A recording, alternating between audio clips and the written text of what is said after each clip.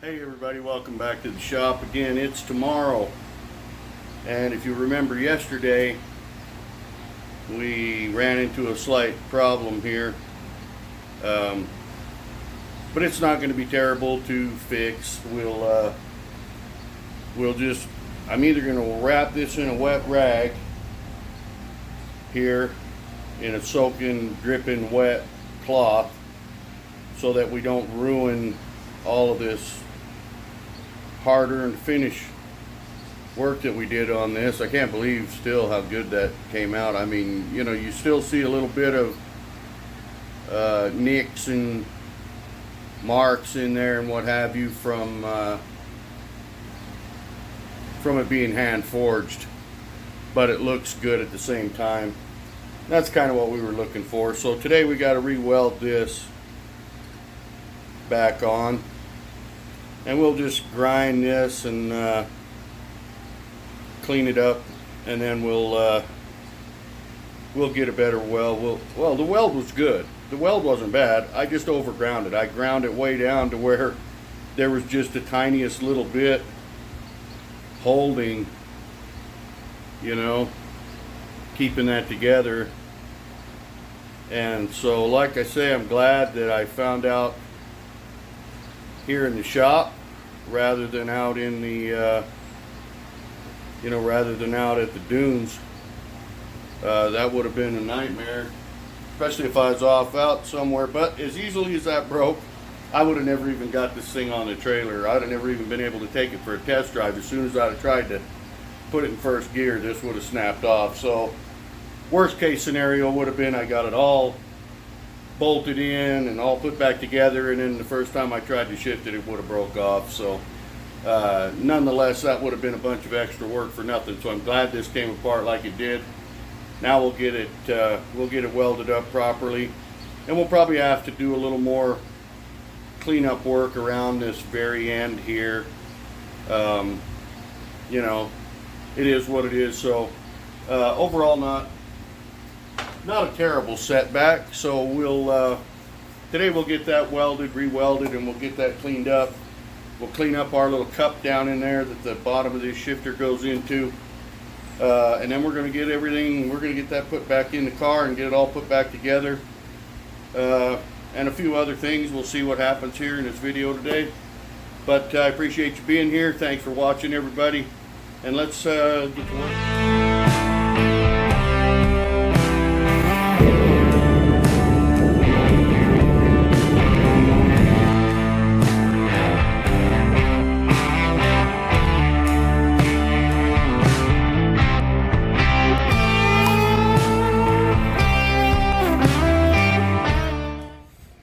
Hey guys, welcome back to the shop. Here's the old fuel pressure regulator.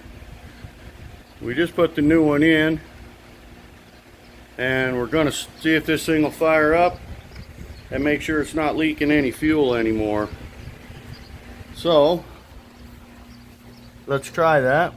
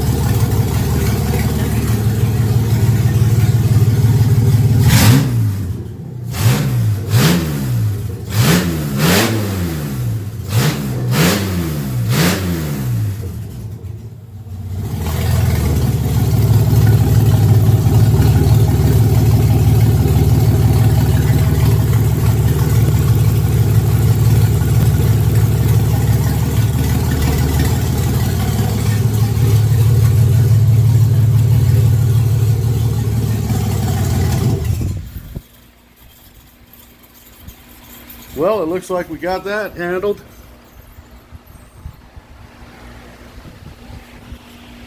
So, problem solved there. We've got that fixed. We still got to weld that shifter up, but I got a call right after I did the opening to this video. They told me to come on down and get my part that I had ordered, so we did that. We're also going to try to take this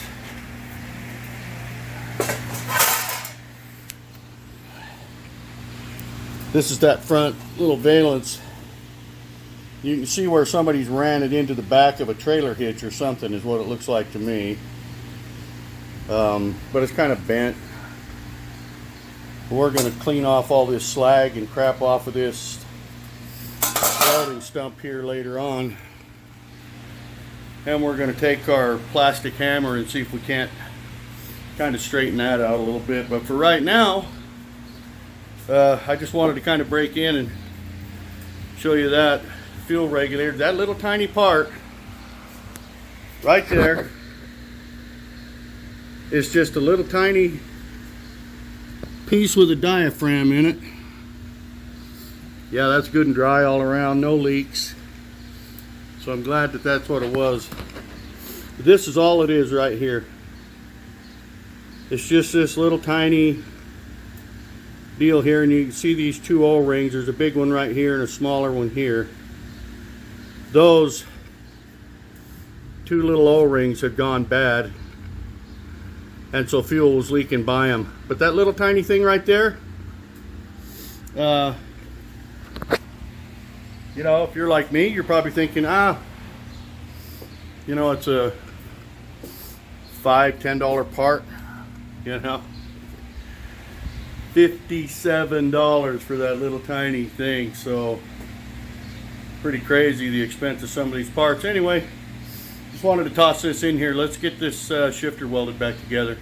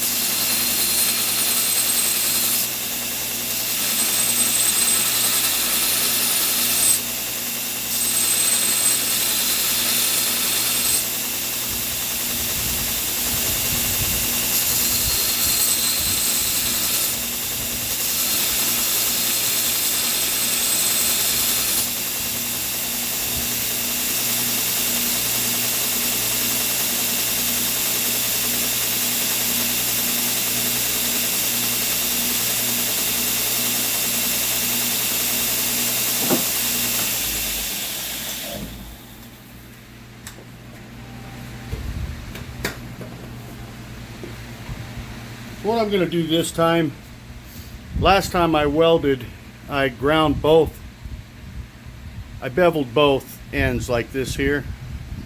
Let me get this. Anyway, I beveled both ends like we did this one. This time I'm just going to bevel this end. We'll center it up like this, and that gives me a little bit more of a kind of a flat area around the edge here to really get some weld to. I think that might work out a little better, so we'll try that. Well, okay guys, we got it welded back together. I forgot to turn on the camera. Not the prettiest weld in the world, but I put this thing in the vise and really put a lot of pressure on it. It's good and strong. We're just going to clean it up, really just enough so that that boot can come down over it, because we don't really care about how pretty it is because it's going to be covered. So let's go ahead and do that.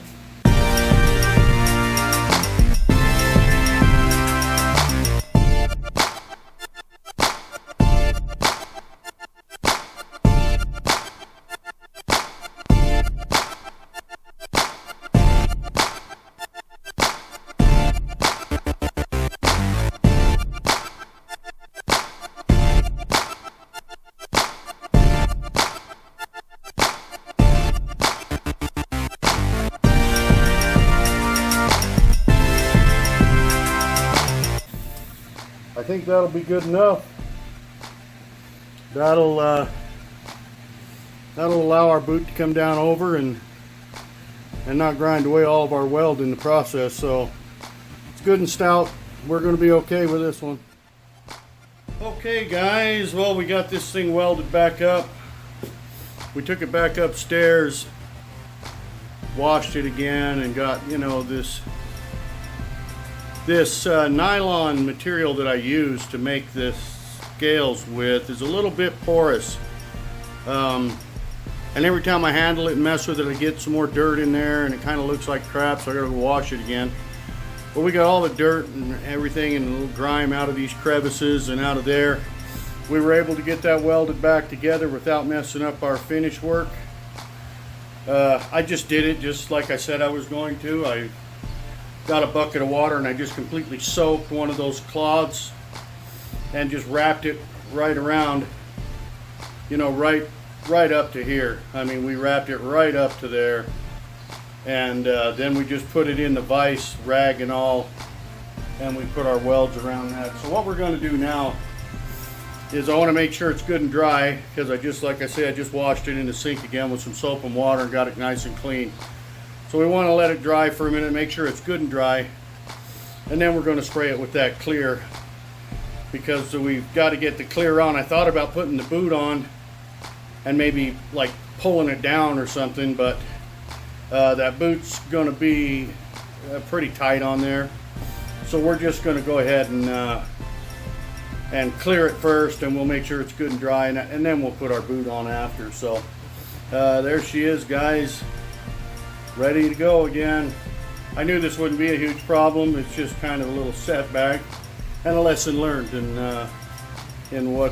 how to not grind your welds too much. So all right, we'll be right back. Well, okay guys, so we're going to shift gears here again a little bit. You've noticed in my videos I bounce back and forth and change my mind a lot of times. I'm entitled. We were going to clear this first, then put the boot on, but the more I think about it, I don't know how tough that stuff is, and I don't want to get this all cleared and real nice and everything and then mess it all up by putting that boot over it. So we're going to put the boot over it first, and then we'll clear it. I'm just afraid that trying to slide that boot, because that boot, it's just a little round hole, and look at this. So it's going to take a little effort to get that over that, and hopefully we don't split that rubber.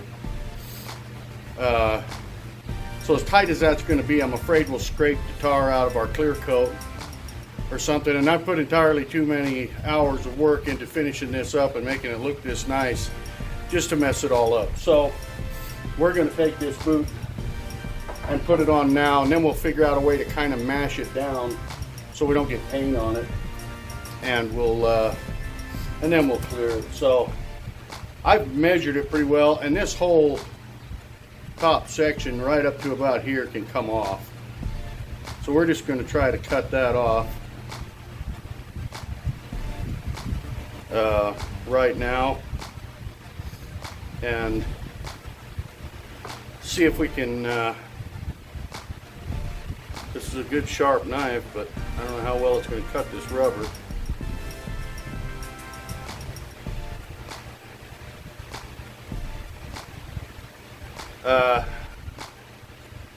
I believe we're going to have to lay this down and cut it on cutting board. Alright, so I took this over and cut it off on the cutting board. So we're going to try now to get this through there.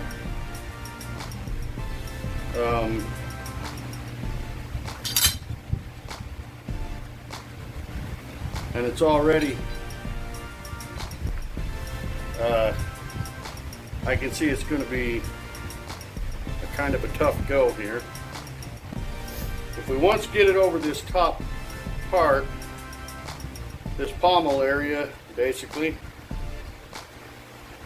then I think she'll slide on there the rest of the way fairly easily. I don't want to tear the rubber, I may have to get some oil and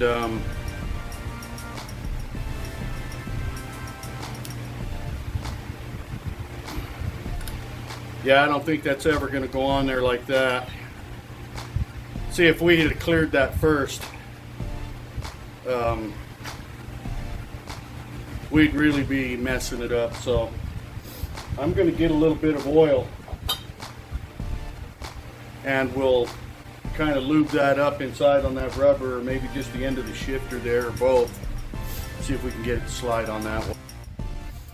Okay, so I've got a little bit of my compressor oil here, which reminds me, I should probably be putting some oil in my compressor. I don't really know how to best do this. Anyway, maybe we'll just try this cloth here. I think if we get that lubed up on the top of the shifter and on the and inside of the boot itself, it'll probably, hopefully, it'll slide over this a little bit better.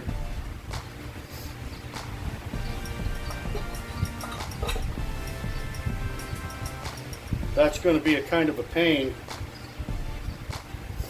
if I can't get that boot on there, but hopefully we'll get it here.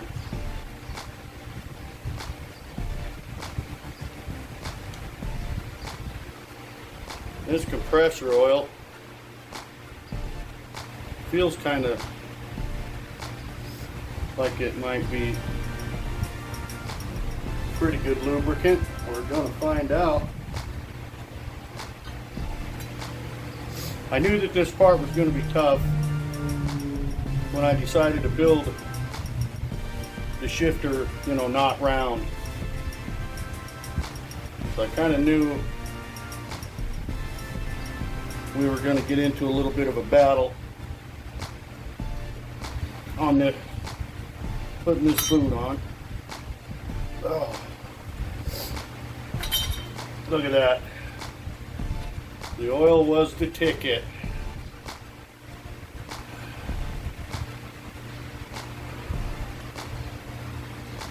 I know if we could once get it over that top part, I figured we'd be okay. So now we've got it on there and it's all oily and gooey. Now we've got to take it back upstairs and wash it really well again with soap and water, and then let it dry out again so that we don't so that we don't screw up our paint. So we'll be right back. Okay guys, so we got it upstairs, washed it off real good with soap and water again, and so there is how it's going to look in the car. Little bit of that weld and crap is showing right there.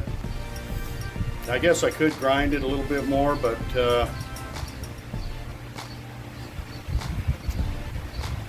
you know, there comes a time when you have to just kind of say let well enough alone. I don't want to make the same mistake again and grind it too far, have it break again. Now this time, after we got it ground, I put it in the vise and I pried on it real hard, and if it didn't break there, it's not going to break putting that car in gear. So we got it cleaned up again. Now we're just going to take this boot and we'll pull it down here and figure out a way to kind of hold it down here like this. Maybe put a zip tie around there or something like that. And then we'll clear it from here up. We'll clear the whole thing from there up. And I would imagine it's going to take, you know, 2, 3, maybe 4 coats.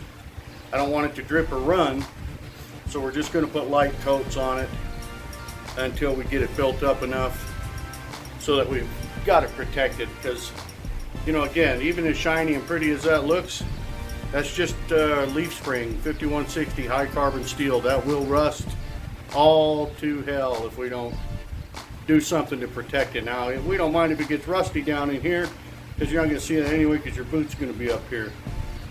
But we definitely want this, all this spine and stuff here, it would rust, you know, if left the way it is. So it was either painted gloss black or put a clear coat on it, and I really like the look of it like this. I don't want to paint it black. So there we go. We're just going to let that, make sure that all these little slits here in the pineapple twist get good and dry, and then we're going to paint it.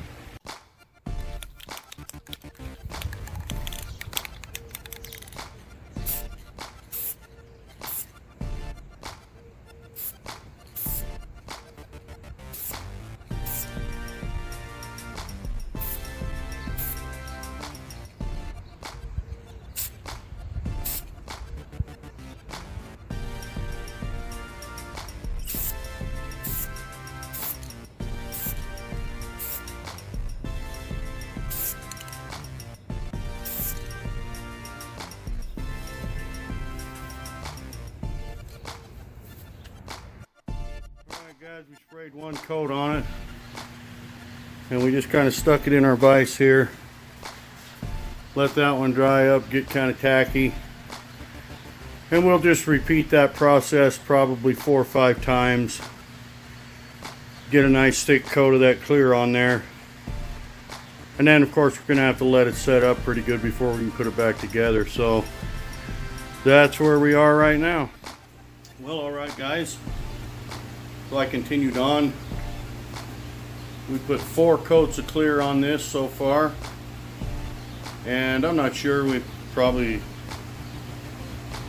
gonna leave it at that for right now. Like I say, it's one of those things where undoubtedly it'll wear off over time, maybe get some nicks, you know, and gouges in it from, it is a Sandrail. But I think for now, I think 4 coats is good. And I may throw one more on after I close this video, but I just wanted you to see it with the clear on it. Looks pretty good. It shined up real nice. So there's our shifter all ready to go. And we've kind of run out of time. I got to get things ready for work. It's Sunday evening. So I need to get some laundry done and a few things like that, but here she is. It's come out way above my expectations. I mean, I had an idea in mind when I started to build this shifter, and it kind of evolved as we were building it, you know, as far as the finish work on this pineapple twist and what have you. But I think it's going to look pretty sharp in the car. It goes with the Sandrail real well. So that's that. And next video, we'll get it put in the car. We'll get this front end put back together. We'll get our console put back in, get everything buttoned up. We'll throw those all-terrain tires on it, and we'll take it for a ride around the block once we get everything, you know, the shifter mounted in, everything adjusted properly, and we'll see how it shifts and how it works. So I appreciate y'all being here. Thanks to all my subscribers. I just ate dinner, so I kind of, you know, excuse my, anyway, I'm going to leave a little circle right down here in the middle of your screen if you want to subscribe. I'd sure appreciate it. And then you can click on the little bell up there and you can get updated at any time I upload a new video. So, been a hot day. I'm telling you, I'm just kind of drained. A lot of other things to do around here that I didn't get to them all, but you know, tomorrow's another day. But I got to be up early and work, so I think it's time to shut it down, relax, and settle in for the night. I got a bunch of paperwork I got to get done and all of that. So again, thanks for being here, guys.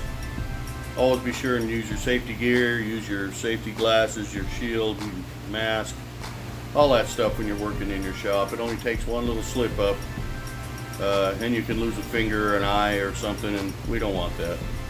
So get out to your shop, do something, fix something, make something like this. You can do it. You just have to get out there and try. So thanks everybody again for being here. We'll see you on the next one.